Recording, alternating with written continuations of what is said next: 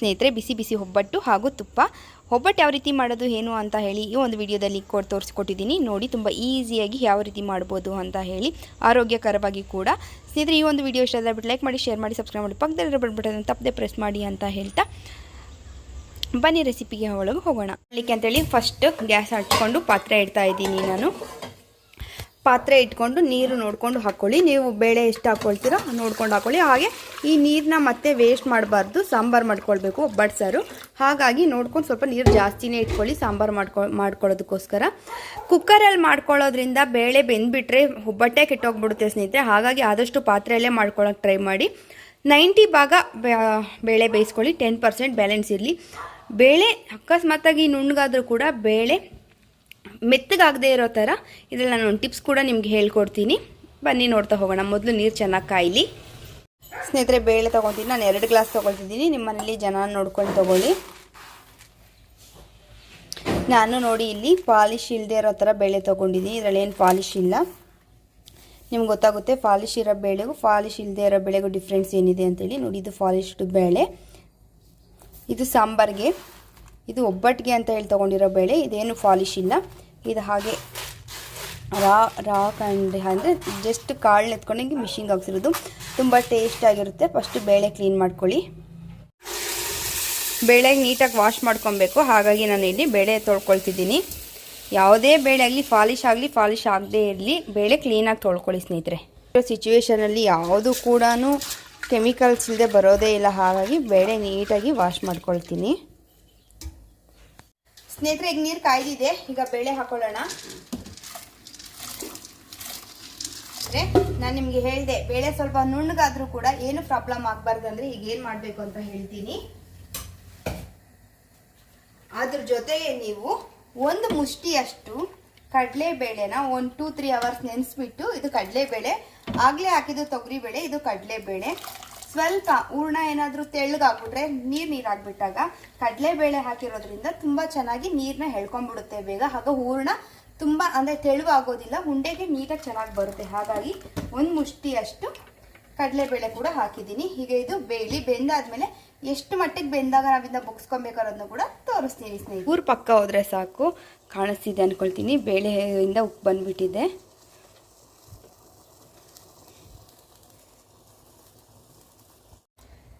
ಇಲ್ಲಿ ಬೇಳೆ ಬೇಯ್ತಾ ಇರಲಿ. ಅಷ್ಟೊತ್ತಿಗೆ ನಾನು ಬೆಲ್ಲ ಕೂಡ ಕರೆಸ್ಕೊಳ್ತೀನಿ. ನಾನಿಲ್ಲಿ ಉಂಡೆ ಬೆಲ್ಲ ತಗೊಂಡಿದ್ದೀನಿ. ಅಂದರೆ 2 ಗ್ಲಾಸ್ ಬೇಳೆಗೆ ನಾನು ನಿಮಗೆ ಹೇಳಿದ್ನಲ್ಲ, ಈ ಗ್ಲಾಸಲ್ಲಿ 2 ಗ್ಲಾಸ್ ತಗೊಂಡಿದ್ದೀನಿ ಬೇಳೆ. ಅಂದರೆ ಇದೇ ಗ್ಲಾಸಲ್ಲಿ ನಾನು 2 ಗ್ಲಾಸ್ ಆಗೋಷ್ಟು ಬೆಲ್ಲ ಕೂಡ ತಗೊತೀನಿ. ಅಂದರೆ ಬೆಲ್ಲನ ಪುಡಿ ಮಾಡಿದ್ರೆ 2 ಗ್ಲಾಸ್ ಅಂದರೆ ಅರ್ಧ kg ಬೇಳೆಗೆ ಅರ್ಧ kgಗಿಂತ ಸ್ವಲ್ಪ ಕಮ್ಮಿ ಬೆಲ್ಲ ಹಾಕ್ಕೊಳ್ಳಿ. ಇಲ್ಲ ನಮಗೆ ಸ್ವೀಟ್ ಜಾಸ್ತಿ ತಿಂತೀರಿ, ಇಷ್ಟ ಆಗುತ್ತೆ ಅನ್ನೋದಾದರೆ ನೀವು ಅರ್ಧ kgನೇ ಹಾಕ್ಕೊಳ್ಬೋದು. ಇಲ್ಲ ನಮ್ಗೆ ಅಷ್ಟು ಸ್ವೀಟ್ ಬೇಡ ಅಂತಂದರೆ ಅರ್ಧ kgಯಲ್ಲಿ ಒಂದು 100 ಗ್ರಾಮ್ ಅಷ್ಟು ತೆಗೆದುಬಿಟ್ಟು ಮಿಕ್ಕಿದ ಬೆಲ್ಲನ ನೀವು, ಈಗ ನನಗೆ ಗೊತ್ತಿರೋ ಪ್ರಕಾರ ಯಾವುದೇ ಬೆಲ್ಲ ತಗೊಳ್ಳಿ ಗಲೀಜು ಇದ್ದೇ ಇರುತ್ತೆ. ಹಾಗಾಗಿ ಸ್ವಲ್ಪ ಪುಡಿ ಮಾಡಿಕೊಂಡು ಕರಗಿಸ್ಕೊಂಡು ಸೋದಿಸ್ಕೊಂಡ್ರೆ ಬೆಸ್ಟು. ಒಂದು ಸ್ವಲ್ಪ ನೀರು ಹಾಕಿ ಕರಗಿಸ್ಕೊಳ್ತೀನಿ ನಾನು. ಹಾಗಾಗಿ ಈಗ ಬೆಲ್ಲನ ಪುಡಿ ಮಾಡ್ಕೊಳ್ತಾ ಇದ್ದೀನಿ ನಾನು. ಪುಡಿ ಮಾಡಿಕೊಂಡು ಕರಗಿಸ್ಕೊಳ್ಳೋಣ ಸ್ನೇಹಿತರೆ. ಯಾಕೆ ನಗಿತಿದ್ದೀನಿ ಅಂದ್ಕೊಂಡ್ರ? ಹೇಳಲ್ಲ ಜೇನು ಕಿತ್ತವರು ಕೈನ ಹಾಕ್ದೇ ಇರ್ತಾರ ಅಂತ. ಹಾಗೆ ಬೆಲ್ಲ ಕುಟ್ಟಾಗ ಸ್ವಲ್ಪ ಬಾಯಿಗೆ ಹಾಕ್ಕೊಳ್ದೆ ಬೆಲ್ಲನ ತಿಂದಿದೆ ಕೆಲಸ ಮಾಡೋದಕ್ಕಾಗೋದಿಲ್ಲ. ಹಾಗಾಗಿ ಈಗ ಬೆಲ್ಲ ಪುಡಿ ಮಾಡ್ಕೊಂಡಿದ್ದಾಯಿತು ಸ್ನೇಹಿತರೆ. ನೋಡಿ ಇದನ್ನು ಕೂಡ ನಾನು ಒಂದು ಚಿಕ್ಕ ಪಾತ್ರೆಯಲ್ಲಿ ಹಾಕಿ ಬಿಸಿಗೆ ಇಟ್ಕೊಳ್ತಾ ಇದ್ದೀನಿ. ಇದಕ್ಕೆ ಸ್ವಲ್ಪ ನೀರನ್ನ ಆ್ಯಡ್ ಮಾಡ್ಕೊಳ್ಳೋಣ.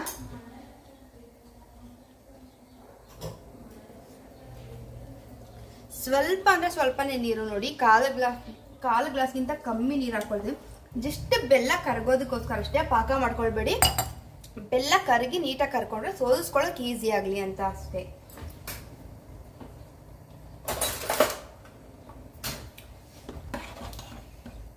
ದಯವಿಟ್ಟು ಬೇಳೆ ಹತ್ರ ಇರಿ, ಬೇಳೆ ಹಾಗಾಗಿ ನೋಡ್ತಾ ಇರಿ. ಯಾಕಂದರೆ ಬೇಳೆ ತುಂಬ ನುಣ್ಣಗಾಗ್ಬಿಟ್ರೆ ಚೆನ್ನಾಗಿರಲ್ಲ. ಹಾಗಾಗಿ ಬೇಳೆ ಬೇಯಲಿ ಅಷ್ಟರಲ್ಲಿ ಇದು ಬೆಲ್ಲ ಕೂಡ ಕರಗುತ್ತೆ. ಈಗ ಕಣಕ ಹೇಗೆ ಕಲಿಸ್ಕೊಳ್ಳೋದು ಅಂತ ಕೂಡ ತೋರಿಸ್ತೀನಿ ಬನ್ನಿ ಸ್ನೇಹಿತರೆ. ಮೊದಲನೇದಾಗಿ ಇಲ್ಲಿ ಚಿರೋಟಿ ರವೆ ತಂದಿದ್ದೆ ನಾನು. ಚಿರೋಟಿ ರವೆ ಹಾಕ್ಕೊಳ್ತಿದ್ದೀನಿ.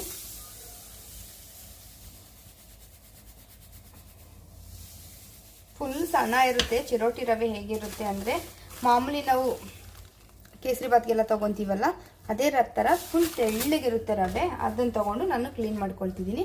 ಅದ್ರ ಜೊತೆಗೆ ಮೈದಾ ಕೂಡ ತೊಗೊಳ್ತಿದ್ದೀನಿ. ಮೈದಾ ಬದಲಾಗಿ ನೀವು ಗೋಧಿ ಹಿಟ್ಟು ಕೂಡ ಬಳಸ್ಬೋದು. ಇಲ್ಲಿ ನಾವು ಯಾವಾಗಲೂ ರೇರಾಗಿ ನಾನು ಬಳಸೋದ್ರಿಂದ ಇಲ್ಲಿ ಮೈದಾನೇ ತೊಗೊಳ್ತಿದ್ದೀನಿ. ನಿಮಗೆ ಮೈದಾ ಅಷ್ಟು ಬೇಡ ಅನಿಸಿದ್ರೆ ನೀವು ಬೇಕಾದರೆ ಗೋಧಿ ಹಿಟ್ಟು ತೊಗೊಳ್ಳಿ. ಇಲ್ಲಿ ನಾನಿಲ್ಲಿ ಒಂದು ಕಿತ ಜರಡೆ ಕೂಡ ಇಟ್ಕೊಂಡೆ, ಏನಿಲ್ಲ ನೀಟಾಗಿದೆ. ಆದರೂ ಏನೋ ಒಂದು ಡೌಟ್ ನನಗೆ, ಹಾಗಾಗಿ ನಾನು ಜರಡೆ ಇಟ್ಕೊಂಡೆ. ಈಗ ಇದಕ್ಕೆ ನಾನು ಅರಿಶಿನ ಪುಡಿ ಕೂಡ ಹಾಕ್ಕೊಳ್ತಾ ಇದ್ದೀನಿ. ಚಿಟಿಕೆ ಅಷ್ಟು ಅರಿಶಿನ ಪುಡಿ. ಈಗ ಇದನ್ನು ನೀಟಾಗಿ ಮಿಕ್ಸ್ ಮಾಡಿಕೊಂಡು ನೀರು ಹಾಕ್ತಾ ಚಪಾತಿ ಹಿಟ್ಟಿಗಿಂತನೂ ತೆಳ್ಳಗೆ ಕಲಿಸ್ಕೋಬೇಕು. ಚಪಾತಿ ಹಿಟ್ಟಷ್ಟು ಮಂದ ಕಲಿಸ್ಬೇಡಿ, ಚಪಾತಿ ಹಿಟ್ಟಿಗಿಂತ ಸ್ವಲ್ಪ ತೆಳ್ಳಗೆ ಕಲಿಸ್ಕೊಳ್ರಿ. ನೋಡಿ ಸ್ನೇಹಿತರೆ, ಇಲ್ಲಿ ಯಾವ ರೀತಿ ಇದೆ ಅಂತ ಹೇಳಿ. ಇದು ಹೀಗೆ ಇರಲಿ, ಯಾಕೆಂದರೆ ಇದರಲ್ಲಿ ನಾವು ಚಿರೋಟಿ ರವೆ ಹಾಕಿರೋದ್ರಿಂದ ಇದು ಇನ್ನೂ ಸ್ವಲ್ಪ ಬಿಗಿ ಆಗುತ್ತೆ. ಅಂದರೆ ಇಷ್ಟೇ ಏನು ತೆಳ್ಳಗಿರೋದಿಲ್ಲ, ಇದು ಗಟ್ಟಿ ಆಗುತ್ತೆ. ರವೆ ಹಾಕಿರೋದ್ರಿಂದ ಇಮಿಡಿಯೇಟ್ಲಿ ಎಣ್ಣೆ ಹಾಕ್ಬಾರ್ದು. ಎಣ್ಣೆ ಬರೀ ಮೈದಾದಲ್ಲೇ ಮಾಡ್ತೀರಾ ಅನ್ನೋದಾದರೆ ಇದೇ ಟೈಮಲ್ಲಿ ನೀವು ಎಣ್ಣೆ ಕೂಡ ಮಿಕ್ಸ್ ಮಾಡ್ಕೊಬೋದು. ಇಲ್ಲ ನೀವು ಚಿರೋಟಿ ರವೆ ಹಾಕಿದ್ದೀರಾ ಅಂದರೆ ಈ ರೀತಿ ಮಿಕ್ಸ್ ಮಾಡಿಬಿಟ್ಟು ರವೆ ಹರಳೋದಕ್ಕೆ ಒಂದು 5 ನಿಮಿಷ ಬಿಡಬೇಕಾಗುತ್ತೆ. ನೋಡಿ, ಈಗ ನಾನು ಮಿಕ್ಸ್ ಮಾಡಿದ್ದೀನಿ. ಈಗ ಒಂದು 5 ನಿಮಿಷ ಬಿಡ್ತೀನಿ. ನಾನು ನೋಡಿ ಯಾವ ರೀತಿ ಕಲಿಸಿದ್ದೀನಿ ಅಂತ. 5 ನಿಮಿಷ ಬಿಟ್ಟಾದಮೇಲೆ ಇದನ್ನು ನಾನು ಎಣ್ಣೆ ಹಾಕಿ ತಿರ್ಗಾ ಒಂದ್ಸಲ ನಾದ್ಕೊಂಡು ತೋರಿಸ್ತೀನಿ ಸ್ನೇಹಿತರೆ. ಈಗ ಇಲ್ಲಿ ಬೆಲ್ಲ ಕೂಡ ಕರಗಿದೆ ನೋಡಿ, ಏನು ಬೆಲ್ಲ ಎಲ್ಲ ನೀಟಾಗಿ ಕರಗಿದೆ. ಈಗ ಆಫ್ ಮಾಡ್ಕೊಳ್ತೀನಿ. ಇದನ್ನ ಜರಡೆ ಸೋಲ್ತಾ ಕೂಡ ತೋರಿಸ್ತೀನಿ, ನೋಡ್ಕೊಳ್ಳಿ ಎಷ್ಟು ಗಲೀಜು ಇರುತ್ತೆ ಅಂತ ಹೇಳಿ. ಹಾಗಾಗಿ ನಾನು ಇದನ್ನ ಬೆಲ್ಲನ ಕರಗಿಸ್ಕೊಂಡೆ ಸ್ನೇಹಿತರೆ, ಅಷ್ಟೇ.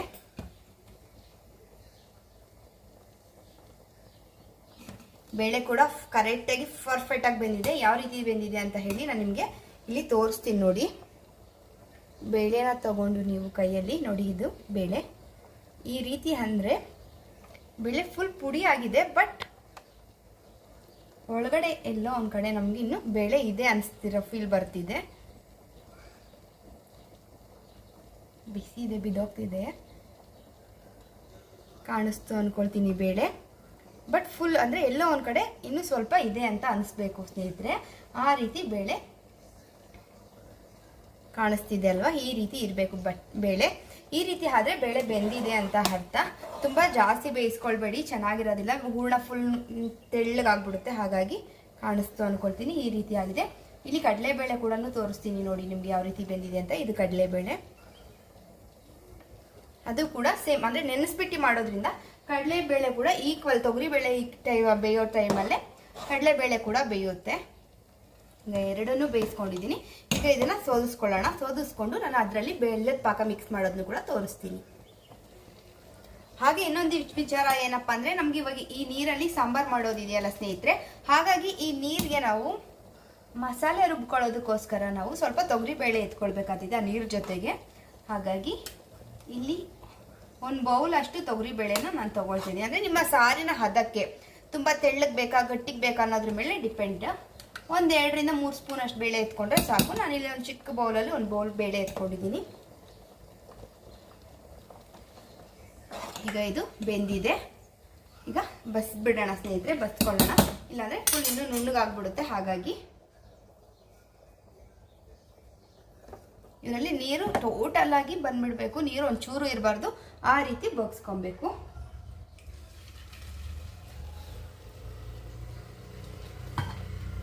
ಬಿಸಿ ಇದೆ, ನಿಮಿಷ. ನೀರು ಅದರಲ್ಲೇ ಇದ್ರೆ ಮತ್ತೆ ರುಬ್ಬೇಕಾದ್ರೆ ನೀರಾಗ್ಬಿಡುತ್ತೆ. ನಾವು ಬೆಲ್ಲ ಕೂಡ ಒಂಚೂರು ನೀರು ಹಾಕಿ ಕರಗಿಸಿರ್ತೀನಿ. ಹಾಗಾಗಿ ಈ ರೀತಿ ಬಸ್ಕೊಳ್ತಾ ಇದ್ದೀನಿ ನಾನು.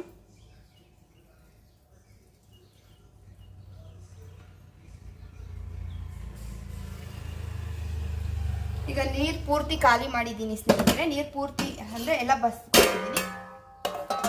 ಈಗ ನೀರು ಬಸ್ದು ಈ ನೀರನ್ನ ಎತ್ತಿಡ್ತಿದ್ದೀನಿ. ಇದ್ರ ಸಾಂಬಾರ್ ನೆಕ್ಸ್ಟ್ ಮಾಡಿದಾಗ ನಾನು ನಿಮ್ಮ ಜೊತೆ ಶೇರ್ ಮಾಡ್ತೀನಿ. ಈಗ ಇದು ಬೇಳೆ ರೆಡಿ ಆಗಿದೆ. ಈಗ ಅದಕ್ಕೆ ಬೆಲ್ಲದ ಪಾಕ ಮಿಕ್ಸ್ ಮಾಡೋಣ. ಬೆಲ್ಲದಲ್ಲಿ ಎಷ್ಟು ಗಲೀಜು ಇರುತ್ತೆ ಅಂತ ಕೂಡ ನಾನು ನಿಮ್ಮ ಜೊತೆ ಶೇರ್ ಮಾಡ್ತಾ ಹೋಗ್ತೀನಿ. ಬೆಲ್ಲ ಕೂಡ ಸೋದಿಸ್ಕೊತೀನಿ ನಾನು. ಕೆಲವರು ನಂಬಿಕೆ, ಕೆಲವರು ಇಷ್ಟ. ನಾನೇನು ಯಾರು ಅವ್ರವ್ರ ಡಿಸಿಷನು. ಬಟ್ ನನಗೆ ಬೆಲ್ಲದಲ್ಲಿ ಗಲೀಜು ಇರುತ್ತೆ ಅನಿಸಿದೆ, ಹಾಗಾಗಿ ನಾನು ಸೋದಿಸ್ಕೊಳ್ತಿದ್ದೀನಿ. ಇಲ್ಲಿ ನಿಮಗೆ ಆಗಲೇ ಬೆಲ್ಲ ಹಾಕಿದ್ದೀನಲ್ವ, ಬೆಲ್ಲ ಹಾಕಿ ಬಿಟ್ಟಿದ್ದೀನಿ ನಾನು. ಈಗ ಬೆಲ್ಲದಲ್ಲಿ ಒಂದು 5 ರಿಂದ 10 ನಿಮಿಷ ಇದು ಹೀಗೆ ಬೇಯಲಿ. ಅದ್ರ ಜೊತೆಯಲ್ಲಿ ಯಾಲಕ್ಕಿ ಕೂಡ ನಾನು ಹಾಕ್ತಿದ್ದೀನಿ. ಸಾರಿ, ಕ್ಯಾಮ್ರಾ ಸ್ವಲ್ಪ ಹೀಟ್ ಆಗಿಬಿಟ್ಟಿದೆ, ಹಾಗಾಗಿ ನಾನು ಇಲ್ಲಿ ಬೇರೆ ಒಂದು ಸಪೋರ್ಟಿಂದ ನಿಮಗೆ ತೋರಿಸ್ತಿದ್ದೀನಿ. ಈಗ ಬೆಲ್ಲ ಹಾಕಿದ್ಮೇಲೆ 5 ನಿಮಿಷ ಹೀಗೆ ಕುಮ್ಲೋದಕ್ಕೆ ಪ್ಲೇಟ್ ಮುಚ್ಚಿ ಬಿಟ್ಬಿಡೋಣ. ಗ್ಯಾಸ್ನ ತುಂಬ ಕಡಿಮೆ ಉರಿ ಇಟ್ಟು ಬಿಟ್ಟಿದ್ದೀನಿ.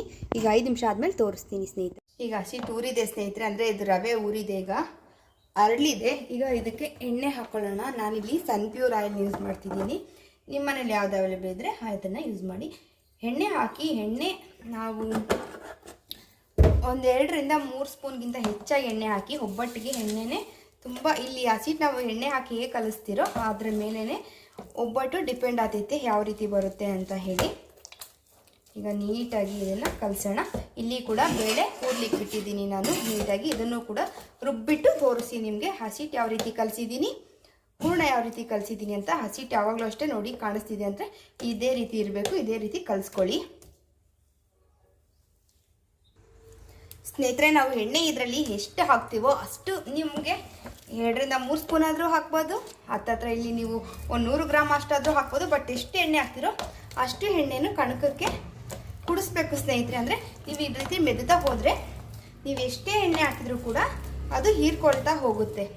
ಈ ರೀತಿ ಹಾಕಿ ನಾವು ಚಿರೋಟಿ ರವೆ ಹಾಕಿದರೆ 5 ನಿಮಿಷ ಮತ್ತು ಎಣ್ಣೆ ಹಾಕದೆ ಹಾಗೆ ಅರಳೋದಕ್ಕೆ ಬಿಡಬೇಕು. ಅದಾದಮೇಲೆ ಎಣ್ಣೆ ಹಾಕಿದ್ಮೇಲೆ ಏನಿಲ್ಲ ಅಂದ್ರೂ ಒಂದು 10 ನಿಮಿಷ ಹೀಗೆ ಬಿಟ್ಬಿಟ್ರೆ, ಇದ್ರ ಮೇಲೆ ಒಂದು ಕವರ್ ಮಾಡಿ ಇಟ್ಬಿಟ್ರೆ 10 ನಿಮಿಷ ಆದಮೇಲೆ ಒಬ್ಬಟ್ಟು ಮಾಡಲಿಕ್ಕೆ ಸೂಪರಾದ ಕಣಕ ರೆಡಿ ಇರುತ್ತೆ ಸ್ನೇಹಿತರೆ. ನೋಡಿ ಎಷ್ಟು ಚೆನ್ನಾಗಿದೆ ಅಂತ ಹೇಳಿ, ತುಂಬ ಚೆನ್ನಾಗಿದೆ. 10 ನಿಮಿಷ ಆದಮೇಲೆ ಇದು ಒಬ್ಬಟ್ಟಿಗೆ ರೆಡಿ ಇರುತ್ತೆ ಸ್ನೇಹಿತರೆ. ಈಗ ನಮಗೆ ಇಲ್ಲಿ ಕಣಕ ರೆಡಿ ಆಯಿತು. ಈಗ ಬೇಳೆನ ರುಬ್ಕೊಳ್ತೀನಿ. ಈಗ ಬೇಳೆನ ರುಬ್ಕೊಳ್ಳೋಣ. ನೋಡಿ ಬೇಳೆ ನಾನು ಈ ರೀತಿ ಬೆಲ್ಲ ಹಾಕಿ ಊರಿಟ್ಟಿದ್ದೆ ಅಲ್ವಾ ಸ್ನೇಹಿತರೆ, ಈ ರೀತಿ ಆಗಿದೆ. ಅಂದರೆ ಬೆಲ್ಲದ ಪಾಕ ಹಾಕಿ ಕರಗಿಸಿ ಹಾಕಿರೋದು. ಈಗ ಇದನ್ನ ರುಬ್ಬಿ ತೋರಿಸ್ತೀನಿ ಯಾವ ರೀತಿ ರುಬ್ಕೊಳ್ತಿದ್ದೀನಿ ಅಂತೇಳಿ. ಬೆಲ್ಲದಲ್ಲಿ ಗಲೀಜು ನೋಡಿ ಸ್ನೇಹಿತರೆ, ಎಷ್ಟು ಗಲೀಜಿದೆ ಅಂತ. ಇಷ್ಟು ಗಲೀಜನ್ನ ಹೇಗೆ ಹೇಳಿ ಬಳಸೋದು, ಹಾಗಾಗಿ ನಾನು ಬೆಲ್ಲನ ಕರಗಿಸಿ ಸೋದಿಸ್ಕೊಂಡಿದ್ದು ಸ್ನೇಹಿತರೆ. ಬೇಳೆ ರುಬ್ಬಿದ್ದು ಆಯಿತು. ನೋಡಿ ಯಾವ ರೀತಿ ರುಬ್ಬಿದ್ದೀನಿ ಅಂತ ಹೇಳಿ ತೋರಿಸ್ತೀನಿ ನಿಮಗೆ. ಬಿಸಿ ಇದೆ, ಬಿಸಿನೇ ರುಬ್ಬಿದ್ದೀನಿ ನಾನು. ನೋಡಿ ಈ ರೀತಿ ಉಂಡೆ ಬರ್ತಿದೆ.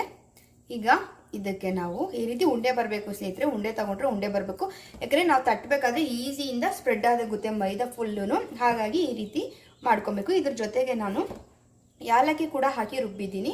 ಈಗ ಇದ್ರ ಜೊತೆಗೆ ನಾನು ನಿಮಗೆ ಕಾಯಿ ತುರಿ ಕೂಡ ಮಿಕ್ಸ್ ಮಾಡ್ಕೊಳ್ತೀನಿ. ಹಸಿಕಾಯಿ ತುರಿ ಸ್ನೇಹಿತರೆ, 1 ಮುಷ್ಟಿಯಷ್ಟು ಹಸಿಕಾಯಿ ತುರಿ ಹಾಕ್ತಿದ್ದೀನಿ ನಾನು. ಇದನ್ನು ಕೂಡ ಹಾಕಿ ನೀಟಾಗಿ ಮಿಕ್ಸ್ ಮಾಡ್ಕೊಳ್ತೀನಿ. ಈಗ ಮಿಕ್ಸ್ ಮಾಡಾದ್ಮೇಲೆ ನಾನು ಅಕಸ್ಮಾತಾಗಿ ಒಂದು ಟಿಪ್ಸ್ ಕೂಡ ಹೇಳ್ತೀನಿ. ಇಲ್ಲಿ ನಿಮ್ಗೆ ಏನಾದರೂ ಬೇಳೆ ಸ್ವಲ್ಪ ತೆಳ್ಳಗಾಗ್ಬಿಟ್ಟಿದೆ, ನೋಡಿ ಎಷ್ಟು ಉಂಡೆ ಚೆನ್ನಾಗಿ ಬರ್ತಿದೆ ಅಂತ ಹೇಳಿ ಕಾಣ್ತಿದೆ ಅನ್ಕೊಳ್ತೀನಿ. ಹಸಿ ಕಾಯಿ ತುರಿ ಹಾಕೋದ್ರಿಂದ ತುಂಬ ಚೆನ್ನಾಗಿ ಒಬ್ಬಟ್ಟು ಬರುತ್ತೆ ಸ್ನೇಹಿತರೆ. ಹಾಗೆ ನಿಮ್ಗೆ ಏನಾದರೂ ಹೂರ್ಣ ತೆಳ್ಳಗಾಗಿದೆ ಅನಿಸಿದ್ರೆ ಸ್ವಲ್ಪ ಕಾಯಿ ತುರಿ ಹಾಕಿ ನೋಡಿ. ಕಾಯಿ ತುರಿ ಹಾಕಿದ್ರು ಗಟ್ಟಿ ಬರುತ್ತೆ. ಅಕಸ್ಮಾತ್ ಕಾಯಿ ತುರಿ ಹಾಕಿ ಕೂಡ ಗಟ್ಟಿ ಆಗಲಿಲ್ಲ ಅಂದರೆ ದಪ್ಪ ಅವಲಕ್ಕಿ ಬರುತ್ತಲ್ಲ, ದಪ್ಪ ಅವಲಕ್ಕಿನ ನೀಟಾಗಿ ವಾಶ್ ಮಾಡಿಬಿಟ್ಟು ನೀರೆಲ್ಲ ನೀಟಾಗಿ ಬಸ್ಬಿಟ್ಟು ಹೂರ್ಣಕ್ಕೆ ಹಾಕಿ ಮಿಕ್ಸ್ ಮಾಡ್ಕೊಂಬಿಡಿ. ಸೂಪರಾಗಿ ಹದ ಬರುತ್ತೆ. ನೀಟಾಗಿ ಇಮಿಡಿಯೇಟ್ಲಿ ಈ ರೀತಿ ಉಂಡೆಗೆ ಬರುತ್ತೆ. ಆಗ ಒಬ್ಬಟ್ಟು ಮಾಡೋದಕ್ಕೆ ತುಂಬ ಚೆನ್ನಾಗಿರುತ್ತೆ. ನಾವು ಚಿಕ್ಕವ್ರು ಇರಬೇಕಾದ್ರೆ ಎಲ್ಲ ಅಮ್ಮ ಇದನ್ನ ರುಬ್ತಿದ್ರೆ ಸಾಕು, ಒಳ್ಕಲಲ್ಲಿ ರುಬ್ತಿದ್ರು. ಆಗ ಅಮ್ಮ ರುಬ್ತಿದ್ರೆ ಸಾಕು, ಅರ್ಧ ನಾವೇ ತಿನ್ಕೊಂಡ್ಬಿಡ್ತಿದ್ರಿ. ಬಟ್ ಇವಾಗಿನ ಮಕ್ಳು ಕೇಳೋದಿಲ್ಲ, ತಿನ್ನೋದು ಇಲ್ಲ ಹಾಗೆಲ್ಲ. ಈಗ ಇದನ್ನೆಲ್ಲ ಮಿಕ್ಸ್ ಮಾಡಿಕೊಂಡು ಒಬ್ಬಟ್ಟು ರೆಡಿ ಮಾಡಿ ಸಿಗ್ತೀನಿ ಸ್ನೇಹಿತರೆ. ಇಷ್ಟು ಹೂರ್ಣ ಆಗಿದೆ. ಇಷ್ಟು ಕೈಗೆ ಎಣ್ಣೆ ಹಚ್ಕೊಂಡು ಕಣಕ ಇಷ್ಟು ತೊಗೊಂಡಿದ್ದೀನಿ.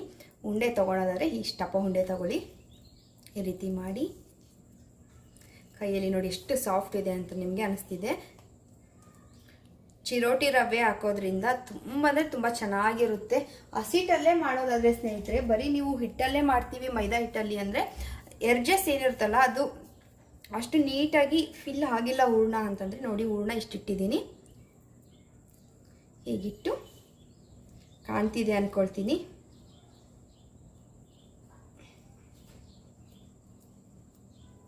ನಿಮ್ಗೆ ಇಲ್ಲಿ ಎಕ್ಸ್ಟ್ರಾ ಇದೆ ಹಸಿಟ್ಟು ಅನ್ಸಿದ್ರೆ ಬೇಕಾದ್ರೆ ತೆಗೆದು ಬಿಡ್ಬೋದು. ತವಾ ಬಿಸಿ ಇಟ್ಟಿದ್ದೀನಿ ಸ್ನೇಹಿತರೆ, ತವಾ ಬಿಸಿ ಆಗಲಿ. ಎಣ್ಣೆ ಇಟ್ಕೊಂಡಿದ್ದೀನಿ ಸ್ನೇಹಿತರೆ. ಒಂದು ಪ್ಲಾಸ್ಟಿಕ್ ಕವರ್ ತೊಗೊಂಡು, ಇಲ್ಲ ಒಬ್ಬಟ್ಟು ಕವರ್ ಕೂಡ ಬರುತ್ತೆ ತಟ್ಟೋದಕ್ಕೆ, ಆ ರೀತಿ ತೊಗೊಂಡು ನೋಡಿ ಇಲ್ಲಿ ಕಾಣಿಸ್ತಿದೆಯಲ್ಲ, ಇದನ್ನು ನಾನು ಈಗ ತಟ್ಕೊಳ್ತೀನಿ.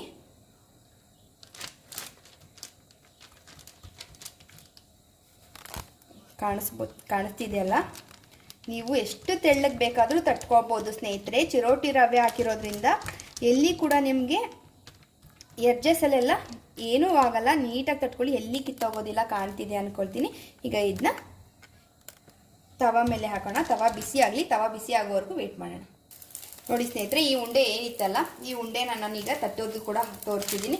ಒಂದು ಪ್ಲಾಸ್ಟಿಕ್ ಪೇಪರ್ ತೊಗೊಂಡು ಫಸ್ಟು ಪ್ಲಾಸ್ಟಿಕ್ ಪೇಪರ್ಗೆ ಹಂಗೆಯಲ್ಲಿ ಎಣ್ಣೆ ಸವರಾದ್ಮೇಲೆ ಕಾಣ್ತಿಲ್ಲ ಅಂದ್ಕೊಳ್ತೀನಿ, ಎಣ್ಣೆ ಸವರಿದ್ದೀನಿ. ಎಣ್ಣೆ ಸವರಾದ್ಮೇಲೆ ಈ ರೀತಿ ಒಬ್ಬಟ್ಟು ಇಟ್ಬಿಟ್ಟು ಮಧ್ಯಭಾಗದಲ್ಲಿ ಈ ರೀತಿ ಪ್ರೆಸ್ ಮಾಡಬೇಕು ಸ್ನೇಹಿತರೆ. ಒಬ್ಬಟ್ಟು ಚಪಾತಿ ಥರ ದೊಡ್ಡದಾಗೆಲ್ಲ ಏನೂ ಮಾಡ್ಕೊಬೇಡಿ, ಮೀಡಿಯಮ್ ಸೈಜಲ್ಲಿದ್ರೇ ಚೆಂದ. ನೋಡಿ ಇಲ್ಲಿ ಈ ಒಬ್ಬಟ್ಟನ್ನ ಈಗ ಇಲ್ಲಿ ಬೇಯ್ತಾ ಇದೆ. ಈಗ ಇದು ಬೆಂದಿದೆ, ಇದು ತಟ್ಟಿದಾಯಿತು. ಈಗ ಅದನ್ನ ತಿರುವಾಕ್ತೀನಿ ಫಸ್ಟು. ಸ್ನೇಹಿತರೆ ನೋಡಿ, ಮತ್ತೊಂದು ಒಬ್ಬಟ್ಟನ್ನ ತವಾ ಮೇಲೆ ಹಾಕ್ತಾ ಇದ್ದೀನಿ ನಾನು. ಮೊದಲನೇದಾಗಿ ನಾನು ಎಣ್ಣೆ ಹಾಕಿದೆ ತವಾ ಮೇಲೆ. ನೋಡಿ ಒಬ್ಬಟ್ಟು ಈ ರೀತಿ ಇರೋ ಒಬ್ಬಟ್ಟನ್ನ, ಕವರ್ ಮೇಲೆ ಇರೋ ಒಬ್ಬಟ್ಟನ್ನ ಹಂಗೆ ಈ ಒಬ್ಬಟ್ಟು ಮೇಲೆ ಇಟ್ಟು ಈ ರೀತಿ ಕವರ್ ತಿರುಗಿಸಿ ಹಾಕಿದ್ರೆ ನೀಟಾಗಿ ಒಬ್ಬಟ್ಟು ಬರುತ್ತೆ, ಎಲ್ಲಿ ಕೂಡ ಅಂಟ್ಕೊಳ್ಳೋದಿಲ್ಲ, ನೀಟಾಗಿ ಬರುತ್ತೆ. ಕಾಣಿಸ್ತಿದೆ ಅಂದ್ಕೊಳ್ತೀನಿ. ಈ ರೀತಿ ಹಾಕಿದ್ರೆ ಒಬ್ಬಟ್ಟು ಬೇಯ್ತಾ ಇರುತ್ತೆ ಸ್ನೇಹಿತರೆ. ಈಗ ಒಬ್ಬಟ್ಟು ಬೇಯಲಿ. ನಿಮ್ಗೆ ಅರ್ಜಸ್ಟಿಗೆ ಸ್ವಲ್ಪ ಎಣ್ಣೆ ಬೇಕಾದರೂ ಎಣ್ಣೆ ಕೂಡ ಬಿಟ್ಕೊಳ್ಳಿ.